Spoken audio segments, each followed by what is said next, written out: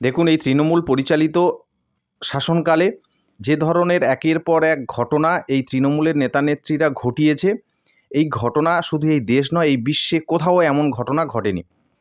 এবং দুর্ভাগ্যের বিষয় হলো, এই ঘটনাগুলো ঘটে যাওয়ার পরে এই তৃণমূলের নেতানেত্রীরা, এমনকি স্বয়ং মাননীয় মুখ্যমন্ত্রী পর্যন্ত নয় বলেন ছোট ঘটনা, আর নয় তারা অস্বীকার করে যে আমরা জানি না। কোথাও কোথাও কোথাও যদি মারামারি হয়, তাহলে সেই মারামারির জন্য দুটো কনস্টেবল বা সিভিক পুলিশকে সাসপেন্ড করা হয়, কোনো নেতানেত্রীর কিছু হয় না। এই শেখ শাহজাহান সন্দেশখালিতে এত দুর্নীতি করেছে, এত অন্যায় অত্যাচার মা বোনেদের ওপর চালিয়েছে, জমি দখল করেছে, ভোট লুট করেছে, এই খবর প্রশাসনের কাছে নেই, মুখ্যমন্ত্রীর কাছে নেই, পুলিশ মন্ত্রীর কাছে নেই। তাকে ফাঁসানো হয়েছে তিনি দাবি করছেন। গার্ডেন রিচে বহুতল ভেঙে পড়ে 10 জন মানুষের প্রাণ গেল। নগর উন্নয়ন মন্ত্রী, মেয়র ববি হাকিম তিনি বলছেন, এবং সেখানে স্থানীয় কাউন্সিলর তিনি বলছেন আমরা জানি না। তাহলে জানবে কে?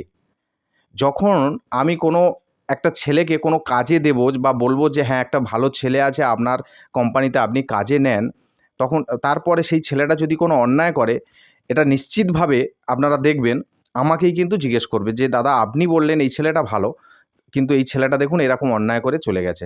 আমি তখন কি দায় এড়াতে পারি যে আমি জানি না?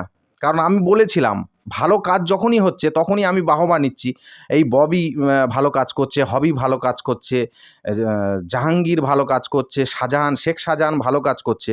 আর তারা যখন এরকম অন্যায় কাজের সঙ্গে লিপ্ত হচ্ছে, জড়িয়ে পড়ছে, এটা প্রমাণ হচ্ছে, তখন কিন্তু ববি অস্বীকার করছে, হবি অস্বীকার করছে, মাননীয় মুখ্যমন্ত্রীও অস্বীকার করছে। এটা আমরা বহু জায়গায় দেখেছি এবং বহুবার শুনেছি মাননীয় মুখ্যমন্ত্রী তিনি বলছেন সব কেন্দ্রে আমি প্রার্থী। যখনই সেই প্রার্থী চুরির সঙ্গে বা কোনো অন্যায়ের সঙ্গে বা কোনো দুর্নীতির সঙ্গে যুক্ত হচ্ছে, তখন তিনি অস্বীকার করছেন, তখন কিন্তু তিনি সাধু হয়ে যাচ্ছেন। তিনি বলছেন আমি জানি না। পার্থ চ্যাটার্জি এত বড় দুর্নীতির সঙ্গে যুক্ত, তিনি জানেন না। এই সরকার, এই পুলিশ মন্ত্রী কেউ জানেন না। জ্যোতিপ্রিয় মল্লিক খাদ্য কেলেঙ্কারির সঙ্গে যুক্ত, তিনি জানেন না। এটা সত্যিই খুব দুর্ভাগ্যের। এই চালাকি, এই দ্বিচারিতা কিন্তু বর্তমানে দিনের আলোর মতন পরিষ্কার হয়ে গেছে এই রাজ্যের মানুষের কাছে। এই চালাকি কিন্তু আর বেশি দিন চলবে না। মানুষ এর উত্তর এই 2024 নির্বাচনেই কিন্তু দিয়ে দেবে। এটা একদম নিশ্চিন্ত থাকুন।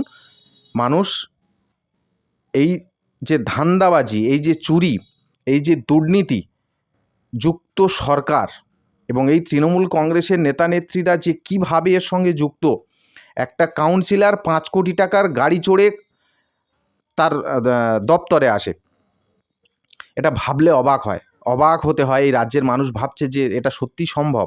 হ্যাঁ, এটা সম্ভব। এটা তৃণমূল যারা করে, এই রাজ্যে উন্নয়ন হয়েছে, বদল হয়েছে। এই রাজ্য বদলা নয়, এই যে স্লোগান দিয়েছিল তৃণমূল কংগ্রেস যে বদলা নয় বদল হবে, বদল হয়েছে, উন্নয়ন হয়েছে। কাদের হয়েছে? সাধারণ মানুষের নয়, এই দলের নেতা নেত্রীদের হয়েছে। কোটি কোটি টাকা তারা কামিয়েছে, কোটি কোটি টাকা কাটমানি নিয়েছে, জায়গা জমি কিনেছে, বিলাসবহুল জীবনযাপন তারা লিড করে। এটা পরিষ্কার এবং এটা প্রমাণিত, প্রত্যেক দিনের ঘটনা। এবং যে ধরনের অন্যায় অত্যাচার দুর্নীতি চুরির সঙ্গে যুক্ত, এইরকম ধরনের ঘটনা শুধু এই দেশ নয়, এই বিশ্বে ঘটেনি। তাই এই রাজ্যের মানুষ এই সরকারকে যত তাড়াতাড়ি এই রাজ্য থেকে সরাবে, তত তাড়াতাড়ি এই রাজ্যের মানুষ শান্তি পাবে, এই রাজ্যটা বাঁচবে।